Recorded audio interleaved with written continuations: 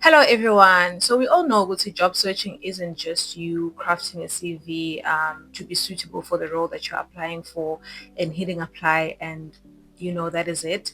It's a torturous process, right? It's an emotional roller coaster, right? You literally start off hopeful, you even start envisioning yourself in that workplace, working with certain people, moving to that place, and then also like Jay, that the relief of actually getting employed, and then literally a couple of weeks later you receive that rejection email. We regret to inform you, or worse, there's silence, like complete silence, where awati ukuthi like what's happening, did they even receive my application or what's happening? And your weeks turn into months, and then eventually your motivation starts fading away, and you literally start feeling like you start questioning everything. Could see, you know am I good enough? Is it me? Is it my CV? Like, did I choose a wrong career? That one is a big one. Should I have studied something else in varsity? Will I actually ever find a job? And one thing leads to another. Mvagalogo, you are depressed, right? So today, let's break it down. Are you actually depressed? And most importantly, how can you take back control? Let's discuss it. Welcome to Career Therapy.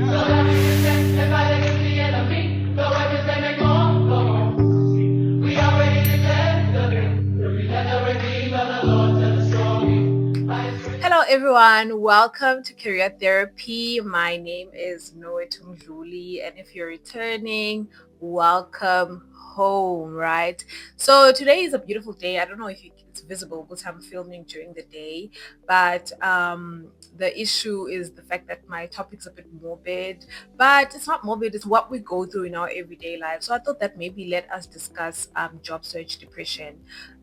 So basically, let's start off with, why is job hunting so draining? Let's discuss it. First of all, the constant rejection, right? The constant rejection after multiple job applications, and possibly also if you've gone as far as even going for the interview, it's literally horrible because you start feeling like a failure, you start feeling inadequate, and literally it starts eroding your self-esteem and trigger depressive thoughts, right? Then the second reason why job hunting is so draining is because it's a pressure to perform. Every interview is so high stakes for you. Like uthi nawufika khona nje, you have to get this job.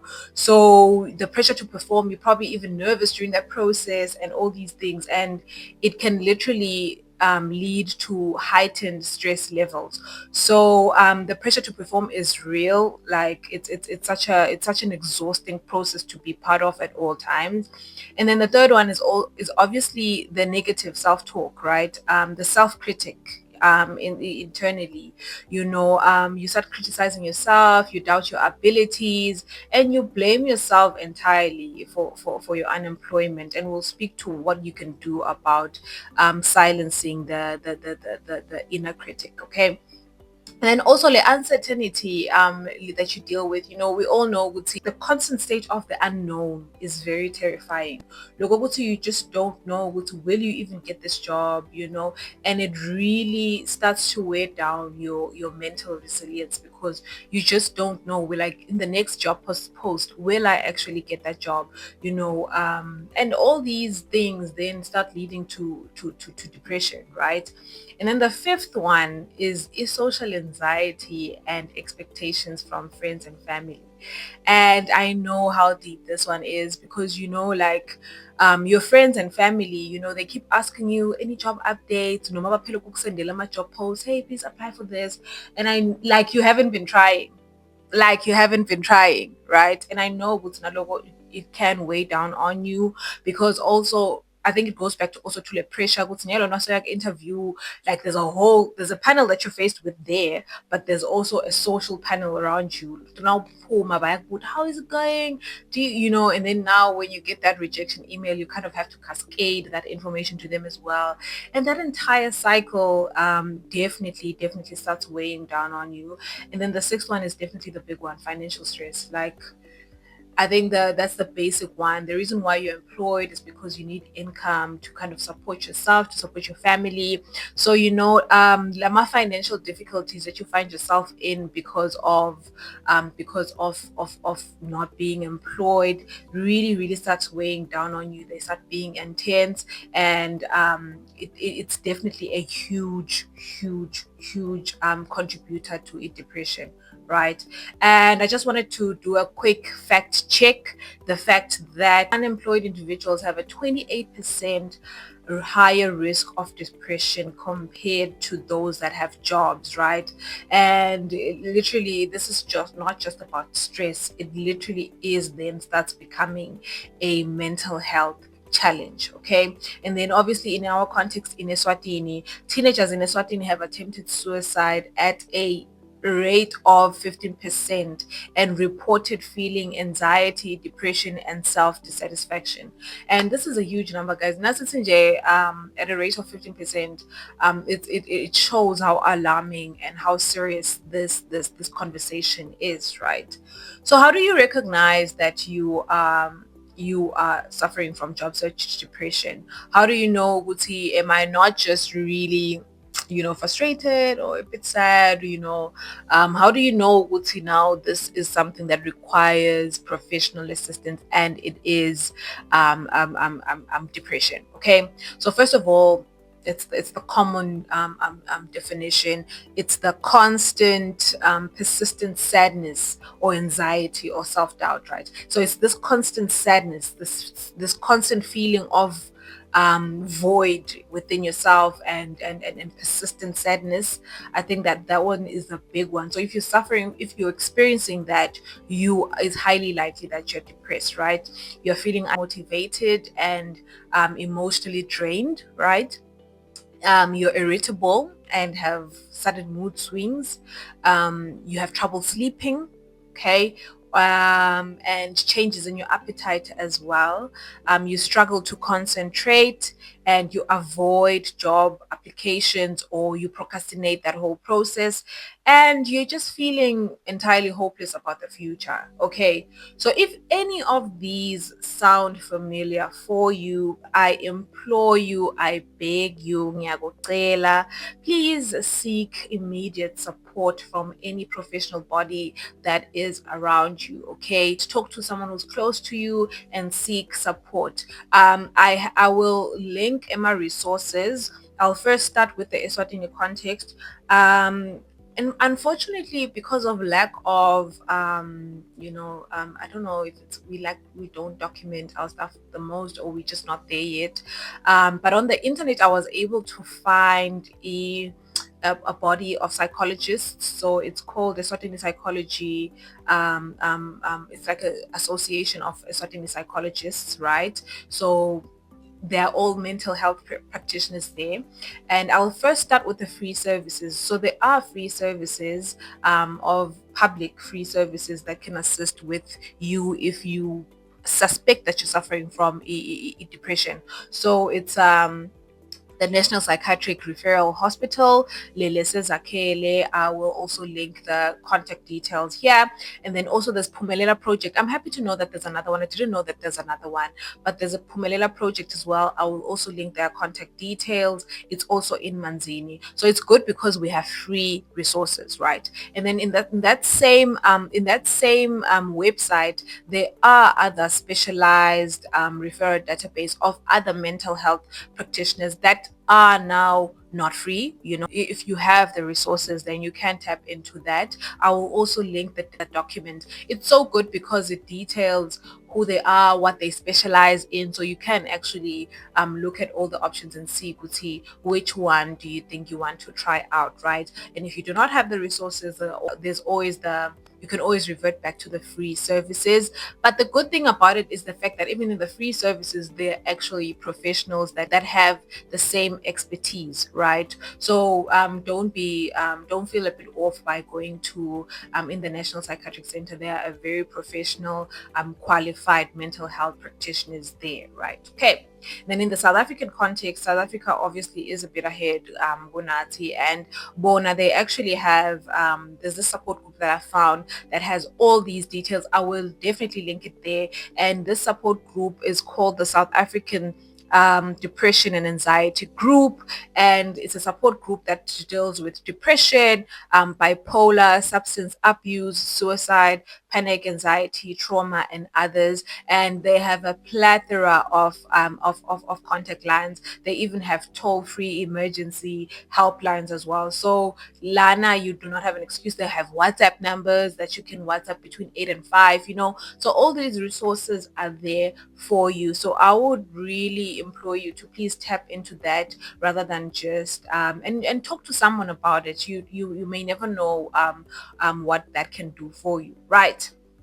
So now we are gonna get into my favorite part of this of this episode. It's how we fight back. How do we fight back? So before I start getting into that, this is a disclaimer.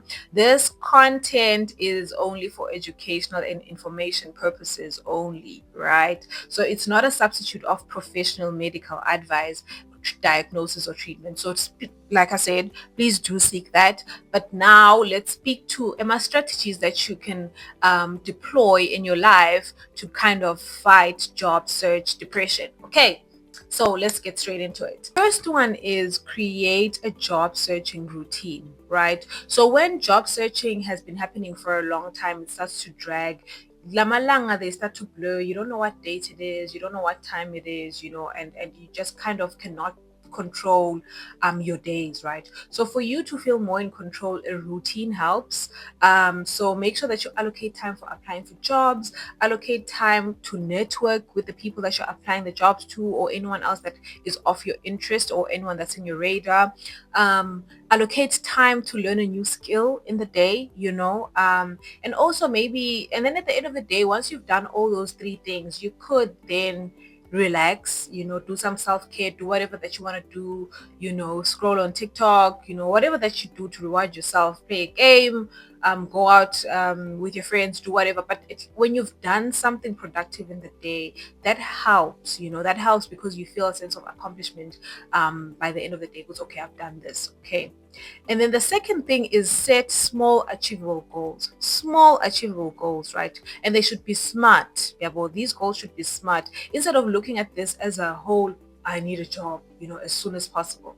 We are gonna break it down, into actionable steps that you can try and target. So an example of these goals could be, the first thing is apply for 5 targeted roles a day, right? And your targeted is specific, guys. You need to know where you're applying and why you're applying there and what you like about that company and all these things. Targeted says you need to kind of healthily obsess about the organization. No, targeted and no, Guti, this is the role that I want.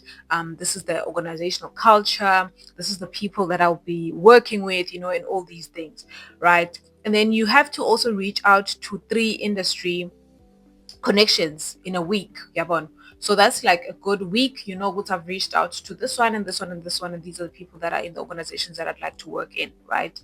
And then another goal could be improve one section of your CV daily, right? So you have a CV, and your CV has your experience, check it out, read through it. It's okay, like, experience, me research. It's okay, what can I do to improve it? What can I add? What can I remove? And improve it. Kancane, kancane. The next section is now your education. Look at how you've structured it and all these things.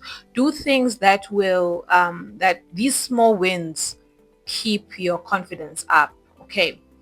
Then the third one is silencing the inner critic. Okay, so we all know, Guti, like I said initially, there's negative self-talk, Yabon. The things that you start telling yourself during this process, you need to find a way to silence that inner critic. How do you identify, Guti, you are criticizing yourself?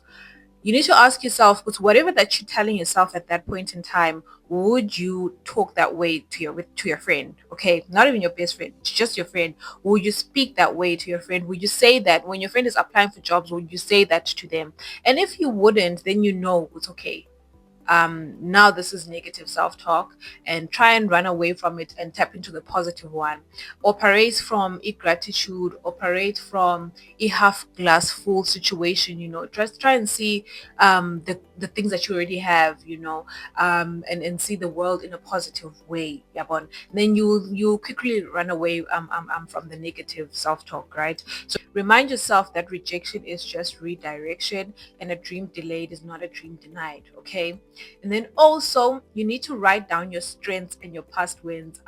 And I really, really think I suffer from this as well. You find that as we go through life, like it's easy for us to just dismiss our wins, right? Or the things that you're good at. In actual fact, Adam Grant posted something the other day, and I will try and link it up here. And it's just about when you do something well, you're like, oh, okay, great, I've done something well. But as soon as you do one small mistake, you start being hard on yourself. Really, you are a failure. You are so inadequate. How could you do this? You start beating yourself up. So I think it's that we need to stop being hard on ourselves, and understand, Guti, what you're looking forward to is just 1 year. Just 1 year, and that will change and erase all those no's that you've been going through, right? So it's just that. Make sure, Guti, your strengths, you know them, you consistently have a view of them. Whatever that you've done well, that positive feedback that you got, even sometimes you do get it even in the interview process, Guti, oh no, you did this well. That win, just like sit in it, like just sit in it for a while. Don't just dismiss it because it's something that went well, and then once it's something that goes bad, you obsess over it. Okay, the next one is build a support system. Okay, so it's not good to go through this alone. It's always good to have family and friends that you can just touch base with and talk to about your job searching journey. Okay, so talk to friends that understand and people that are your safe space. Okay, and join online job seeker groups. And okay, so I know that we do have online job searching groups, especially Langwane. And I'm wondering, Guti, do we ever have conversations around how your journey has been? I know, Guti, we just share job posts, and stuff like that, and which is great. But Tige, do we ever talk to Guti, hey, how's your journey going? How are you doing? What are you doing to kind of stay resilient during this process? Just to speak to how are we feeling and how are we doing during this process, Yabon. And I feel like there's no better way like that you can get support rather than the people that you're going through that with. Okay, so I think it is like send motivational quotes, send Emma best practices. Oh, this is what I did to actually get my job, or this is what I did. Share things with people. This was my CV format. This was my approach. This is how I built connections. This is how I eventually ended up getting the job. So I would recommend that maybe let's start doing that so that we can create a meaningful connection while we are doing our job search. Okay. And then also find a mentor. Yeah, when you mentor imqoka, especially in your field. I understand that you can't get one that's not in your field, which is totally fine. But I think one in your field is better because Lomfulo can always then, like, because they're already in the inside, they can always let you know what's happening in your industry, what are the new things to watch out for, what you need to really develop for you to thrive in your industry. So I would recommend that get one that's industry aligned with you. But more than that, just make sure that you find a mentor, and people are usually always willing to help. Approach them, guys. Approach them. Good you're just sitting and there's no one helping you, and you're not approaching the people that can help you. Approach a person, and it doesn't have to take a lot. And people are always willing to help, guys. People are always willing to help, so please make sure that you do that. Okay. And then the next one is obviously keep learning and adapting. This one is good because and I think that we did cover it in the previous episode. I will link the episode here, but we all know we'll see each job market is changing fast. It's evolving at a quick rate. It's easy for you to be displaced, to lose connection, to be irrelevant. So kumqoka ukuthi stay updating your CV and your LinkedIn. Take free online courses on Google, on LinkedIn Learning, nabo Coursera. Make sure ukuthi you are always, like I said, when I said learn new skills, this is where it comes in. Yeah, but you don't have to have money. Yeah, but as long as you have resources in terms of more internet, and I know good imali Facebook and una imali TikTok, but if una imali Facebook na TikTok for data, then you can definitely have money for LinkedIn learning, nabo Google, nabo Coursera. Okay, it's free courses. Get in there, do your thing, learn what's happening in your industry, talk about it in your interviews, and make sure make sure that you are loud about these skills that you're gaining. Okay, learning in demand skills is also another one in your industry. Like I said, get it from your mentor. Follow these pages of lama organizations that you like. Learn what is their challenges. Learn something that can sort those problems out. Consistently develop yourself. Literally, I did also make another episode that is speaking to Emma skills that are really impactful, not the technical ones, but the soft ones. And I'll definitely link it here as well, because those are just a baseline, but you know the technical ones where that are needed in your industry. So make sure that you are also learning about that. Okay. And then this is the last one. Reframe the rejection. It's not personal. Okay. So try and not personalize my rejections that are happening. And my employers reject employees for many reasons. And most of them have nothing to do with you. Most of them have nothing to do with you, right? Rejections are so common, guys. So you can just only imagine, if there are people, if there are 500 people that are going to apply for a job and it's just one post, right? There are 499 people that have been rejected. Njengawe, uyabona? So you need to understand ukuthi there are a lot of people. Rejection is common. It's happening everywhere. It's not about you, and it doesn't define your worth or your abilities. So you need to make sure ukuthi, instead of feeling defeated, do something about that. When you've been rejected, ask for feedback if possible. Okay, analyze what you can improve on. Reach out to people and send them your CV. If you have an HR friend, send them your CV, or anyone else that's a recruiter, send them your CV. Because hey, please just have a look at it. Tell my comments, okay, abuye go, and then you can work with that, and all these things. And treat every interview as a practice for the right opportunity. And this goes back to a growth mindset. Anytime you are in a situation where it may appear you failed, or you've been rejected, treat it as that was good practice. Now you've learned to see, this is how the interview process goes. Now you know what's okay. Next time we're gonna post again, I will apply, and this time I'll be ready. I would have already done this. That I would have already worked on this feedback, and this is what I'll do.